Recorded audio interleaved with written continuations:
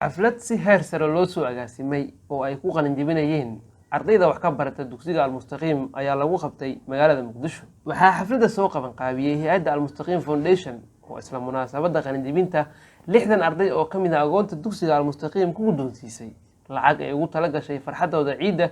maadaama ay ugu soo wajahan tahay Ciidul Adha. xafladdan oo ay ka soo qayb galeen qaybaha kala duwan ee bulshada sida waalidiin, culamaa diinka Soomaaliyeed, bahda waxbarashada oo ay ugu horeeyaan maamulka dugsiga Ceeldheer, maamulka dugsiga Al-Najdi, macallimiinta dugsiga Al-Mustaqiim iyo mas'uuliyiin kale ayaa dhammaantood dhiirigeliyay ardayda qalin jebiyaasha. waxa ayna tilmaameen in farxadda ay la qaybsanayaan ardayda ka qalin jebisay dugsiga Al-Mustaqiim, isla markaana waxay ku booriyeen inay u dhabar adeegaan waxbarashada si ay guulo taaban kara uga gaaraan mustaqbalkooda. ugu horeyn waxaa xafladda kelmad soo dhaweyn ka jeedisay gudoomiye ku-xigeenka hay'adda Xabiibo Cabdullaahi Shiino oo soo dhaweysay martirafta qaybaheeda kala duwan oo xafladda ka soo qayb galay. halkan ka salaamayaa dhammaan maamulada marti sharafka halkan ka soo qayb gashay qalin jebiyaasha iyo dhammaan bahda iskuulka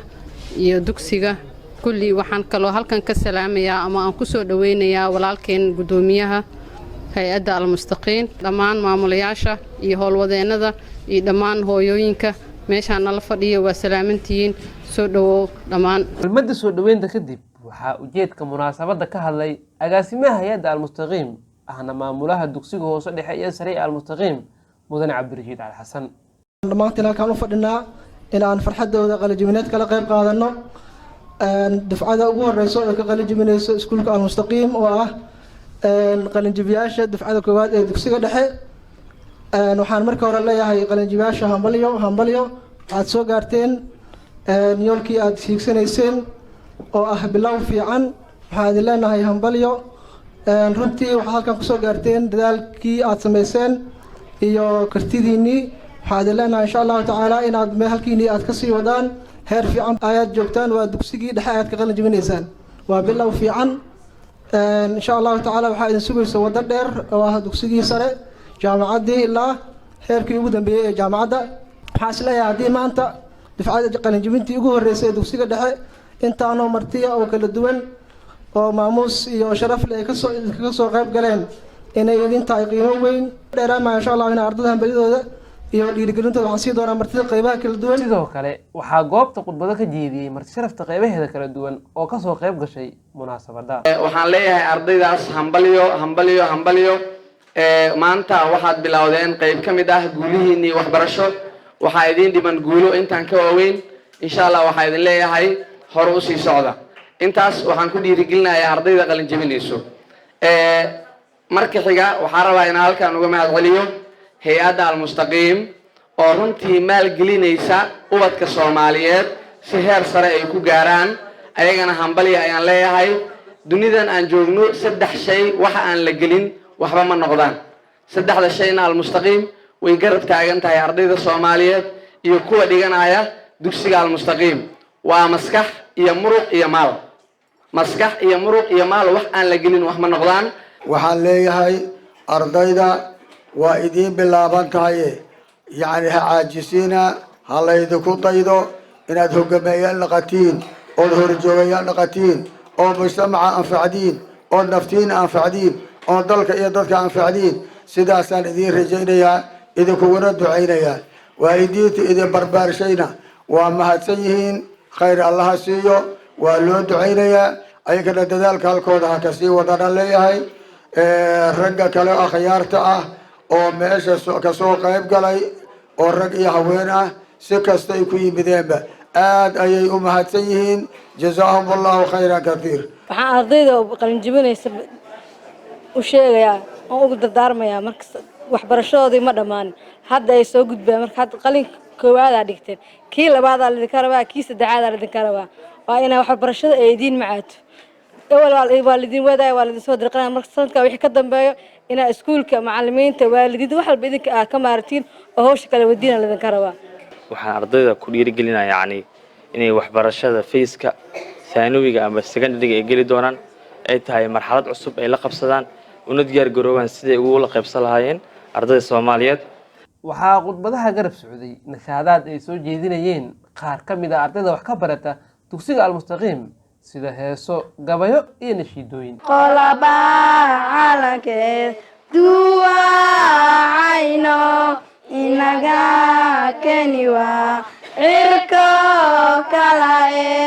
aan caadalayn ee caashaqae xidig yahay cadiwa noocii damise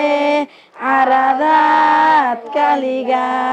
adow curude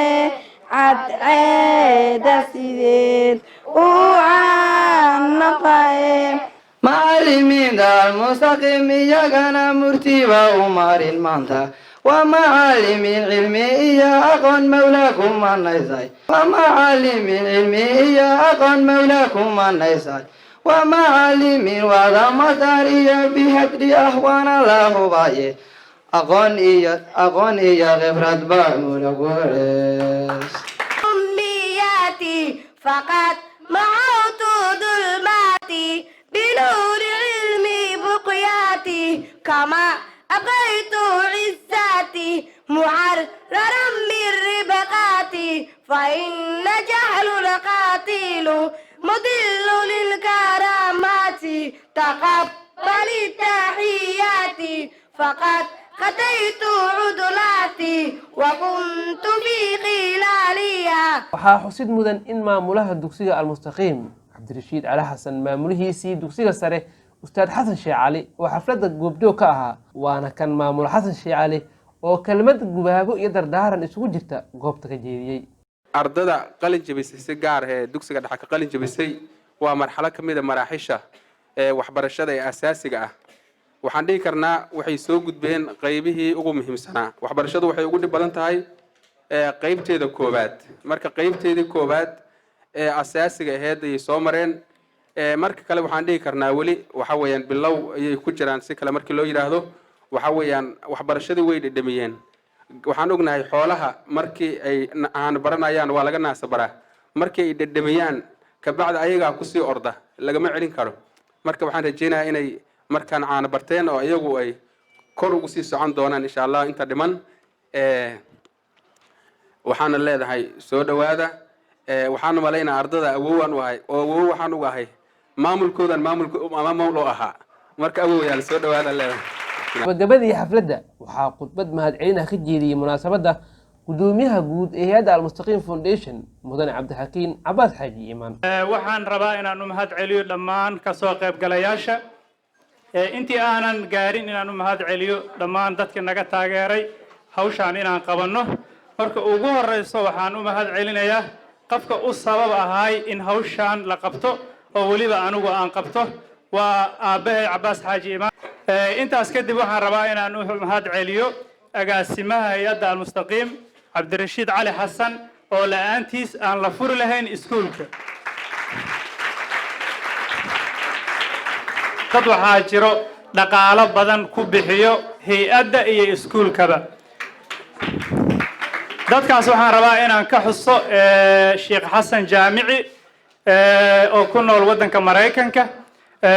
waxaan rabaa inaan u mahadceliyo Cabdullaahi Guura Cabdulle oo ku sugan South Africa oo dhaqaalo badan ku baxsho iskuulka iyo hay'adaba waxaan rabaa inaan u mahadceliyo madaxa xafiiska Mareykanka hay'adda Al-Mustaqiim Foundation Farxiya Budul waxaan rabaa inaan u mahadceliyo macallimiinta sharafta badan ee hay'adda Al-Mustaqiim Foundation iskuulkeeda haddii macallimiintaas aysan ahaa lahayn caruurtan ay u jeedaan maanta maqalin jabiyeen waxaan rabaa inaan u mahad celiyo dhammaan dadkii aan ilaaway oo magacooda aana meeshan ku sheegin iyo intii aan ka gaari waayey oo mar kasta si joogto ah noola shaqeeyo